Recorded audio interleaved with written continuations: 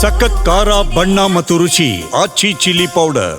ಇದು G Kannada news mega exclusive story. Silicon ಸಿಟಿಯಲ್ಲಿ ಅಕ್ರಮ ಕಟ್ಟಡಗಳು ತಲೆ ಎತ್ತೋದು ನಿಂತಿಲ್ಲ.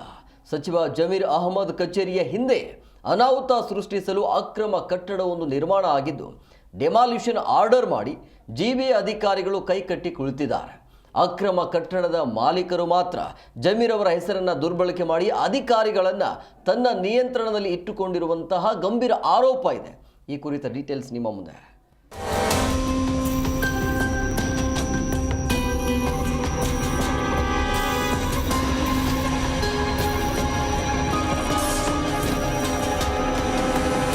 ಅಕ್ರಮ ಕಟ್ಟಡಗಳು ಕುಸಿದು ಅನಾಹುತ ಆದ್ರೂ ಅದ್ಯಾಕೋ ನಮ್ಮ ಜಿಬಿಎ ಅಧಿಕಾರಿಗಳಿಗೆ ಬುದ್ಧಿ ಬಂದಿಲ್ಲ.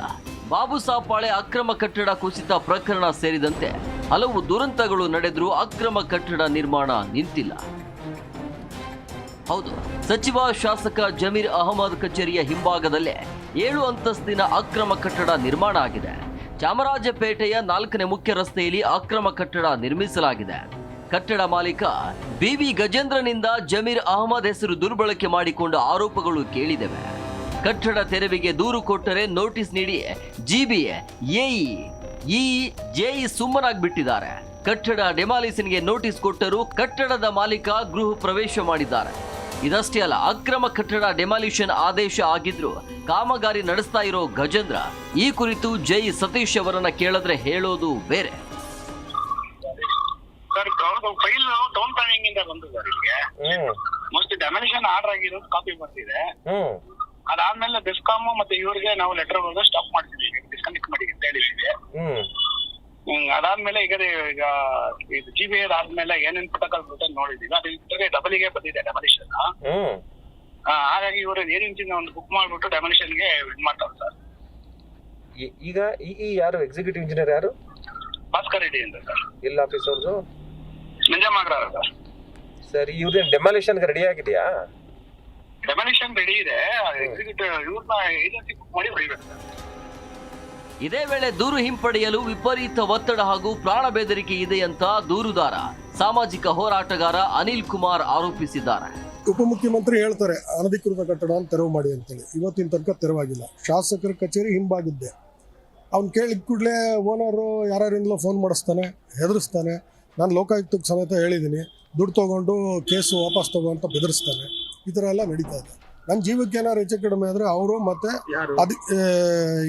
ಇವನು ನಾನು ದೂರು ಕೊಟ್ಟಿದ್ದೀನಿ, ಇವರು ಆಮೇಲೆ ಇದಕ್ಕೆ ಸಂಬಂಧಪಟ್ಟ ಅಧಿಕಾರಿಗಳು, ಇಲ್ಲಿ ಸಿಗ್ನೇಟರಿ ಯಾರ್ಯಾರು ಸಿಗ್ನೇಚರ್ ಮಾಡಿದ್ದಾರೆ, ಯಾರು ಕ್ರಮ ಇಟ್ಟಿಲ್ಲ, ಆ ಅಧಿಕಾರಿಗಳು ಕಾರಣ ಆಗ್ತಾರೆ. ಇದೇ ವೇಳೆ ಕಟ್ಟಡ ಮಾಲೀಕ ಗಜೇಂದ್ರ ಅನಧಿಕೃತವಾಗಿ ಹೆಚ್ಚುವರಿ 3 ಅಂತಸ್ತು ಕಟ್ಟಿಸಿರೋದು ಎಇ ಹಾಗೂ ಎಇ ಪರಿಶೀಲನಾ ವರದಿಯಲ್ಲಿ ತಿಳಿಸಿದ್ದಾರೆ. ಇನ್ನು ಅಕ್ರಮ ಕಟ್ಟಡಕ್ಕೆ ನೀಡಿರುವ ವಿದ್ಯುತ್ ಸಂಪರ್ಕ ಕಟ್ ಮಾಡಲು ಎಇ ಬೆಸ್ಕಾಂಗೆ ಜಿಬಿಎ, ಎಇ ಪತ್ರ ಮುಖೇನ ಸೂಚಿಸಿದ್ದಾರೆ. ಆದರೆ ಬೆಸ್ಕಾಂ ಜೆಇ ಫಕ್ರುದ್ದೀನ್ ಹೇಳೋದು ಹೀಗೆ. ಅಲ್ಲಿ ಹೋಗ್ಬಿಟ್ಟು ಈಗ ಏನ್ ಮಾಡಿದಿರಾ? ಅವ್ರಿಗೆ ನೋಟಿಸ್ ಕೊಟ್ಟಿದ್ದೀವಿ. ಏನಂತ ನೋಟಿಸ್ ಕೊಟ್ಟಿದ್ದೀರಾ? ಈ ತರ ಬಿಬಿಎಂಪಿ ಇಂದ ಡಿಸ್ಕನೆಕ್ಷನ್ ನೋಟಿಸ್ ಬಂದಿದೆ. ಸೊ ಹಾಗಾಗಿ ನಾವು ಇದನ್ನ ಕ್ರಮ ಕೈಗೊಳ್ಳಬೇಕು. ನಿಮ್ಮ ಹತ್ರ ಏನಾದರೂ ಸಕ್ಷಮ ಪ್ರಾಧಿಕಾರಗಳಿಂದ ಇದಕ್ಕೆ ಸಂಬಂಧಪಟ್ಟಂಗೆ ಇದ್ರೆ, ಬಿಬಿಎಂಪಿ ಇಂದ ಏನಾದ್ರು ಇದ್ರೆ ನಮ್ಮ ಗಮನಕ್ಕೆ ತೊಗೊಂಬನ್ನಿ ಅಂತ ನೋಟಿಸ್ ಕೊಡ್ತೀವಿ. ಇದು ಪ್ರೊಸೀಜರ್ ಇದು. ಇದರ ಜೊತೆಗೆ ಅಕ್ರಮ ಕಟ್ಟಡ ತೆರವಿಗೆ ತುಷಾರ್ ಗಿರಿನಾಥ್ ಆಯಾ ವಲಯ ಆಯುಕ್ತರ ನೇತೃತ್ವದಲ್ಲಿ ಕಾರ್ಯಪಡೆ ರಚನೆ ಮಾಡಿದ್ರು. ನಿಯಮಗಳ ಪ್ರಕಾರ ಅನಧಿಕೃತ ಕಟ್ಟಡ ತೆರವು ಮಾಡದೆ ಕರ್ತವ್ಯ ಲೋಪ ಮಾಡಿದ ಅಧಿಕಾರಿಗಳ ಅಮಾನತು ಶಿಕ್ಷೆ ನೀಡುವ ನಿಯಮ ಕೂಡ ಇದೆ. ಇಷ್ಟೆಲ್ಲ ನಿಯಮಾವಳಿಗಳಿದ್ರೂ ಕಟ್ಟಡ ಮಾಲೀಕ ಗಜೇಂದ್ರ ಮಾತ್ರ ಡೋಂಟ್ ಕೇರ್ ಅಂತ ಇದ್ದಾರೆ.